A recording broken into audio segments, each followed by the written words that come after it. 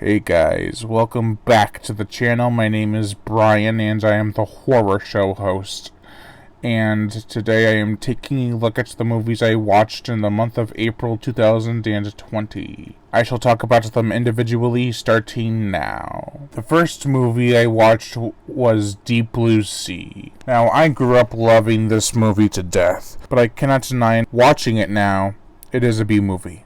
A big budget blockbuster B movie. And I'm okay with that. It's a lot of fun, has some great kills, unexpected kills, and it's action-packed. The second movie I watched was A Fistful of Dollars, the first installment in the Clint Eastwood Sergio Leone trilogy of The Man with No Name, or Dollars trilogy, however you want to call it. This was the first one, and it was really good. Really good. I did to borrow from another Japanese movie. I forgot the name of it. I actually bought it, and I haven't opened it up yet, but apparently it's like copy and paste.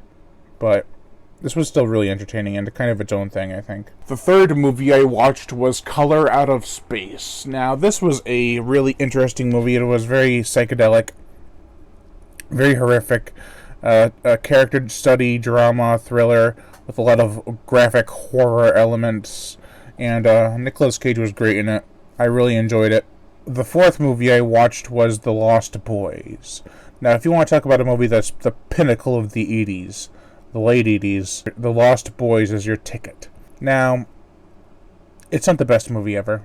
It's got its problems, but at the same time, it's still a great 80s throwback. It's still a great 80s cheese fest, and I love it for that. The fifth movie I watched was Lost Boys, The Tribe. Now, this was just trying to relive the glory days of the 80s, but in the 2000s. And, that doesn't work, unfortunately. This is quite the bad movie. It's got some good gore and kills, and some of the lines are kind of funny, but other than that, it's kind of stale. The sixth movie I watched was Deathstalking. Now, it's okay. It's pretty bad, but it's okay to watch. Like, it's fun. And you can tell everyone else was having a blast making it. So I can't really fault them for that. It's just barbaric, really. The seventh movie I watched was The Beaster Day. This is probably the worst one on this list. It's an awful movie. People try to defend it, but it's like, you can't defend movies that are this bad. That's like trying to defend Shark Exorcist because you just like shark movies. It's not how that works. This is a bad movie. The eighth movie I watched was Record. And I watched this with my family, and we loved it. It's actually a really good horror movie. Very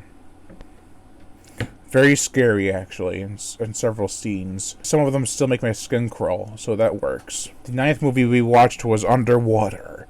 Now, my mom hates alien movies, and I didn't tell her this wasn't really an alien movie until, like, 3/4 of the way through, because she was like, I'm gonna walk out if this is aliens. And I'm like, no, it's not aliens, it's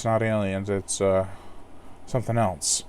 And when it finally came up, she was like, I don't get it. I'm like, damn it. Yeah, but it's a pretty entertaining movie. It starts right away, like, with the action and craziness, but you don't really get to know anybody until they're gone. But it takes balls to, like, start the movie off the way it does. And the movie as a whole is very entertaining. The 10th movie I watched was Deep Blue Sea 2. Now, I gotta watch this again because, as a lot of you know, I defend this movie. It's not a great movie. I'm not gonna say that. It's nowhere near as good as the first, but it's got redeeming qualities. You can't say it's the worst shark movie ever, which I have seen people say. It's got some redeeming qualities, and I actually really enjoy it for that. Bring on Deep Blue Sea 3. The 11th movie I watched was Killer Crocodile. Now, this is a fun, cheesy B movie from the late 80s, and it's Italian, but there are quite a bit of slow parts, which are kind of annoying. Kind of drags in certain places. But the crocodile scenes are fun as hell. The 12th movie I watched was Killer Crocodile 2. Now, I watched both of these with my mom, and she preferred Killer Crocodile 2. I'm like, I do too. It's a lot more entertaining, a lot more interesting. Got a lot more croc action and insanity. So I actually prefer this one over the first one.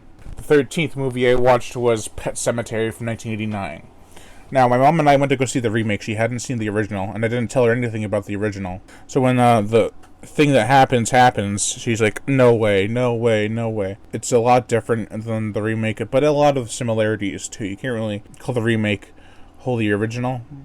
It just has a twist that's different. The original Pet Sematary is a fun, gruesome time, and I actually really enjoy it. And the 14th and final movie I watched in the month of April 2020 was Abominable 2020. Not the 2006 movie that I wanted a sequel to.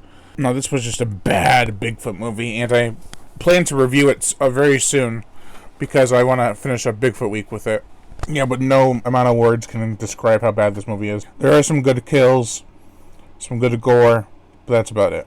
And the Bigfoot is kind of cool looking. But other than that, I don't really care about this movie. And that's it. Those are the 14 movies I watched in the month of April 2020. Thank you all for watching, and I am Brian Gatto, the Horror Show host. Make sure to like, comment on, as well as share this video.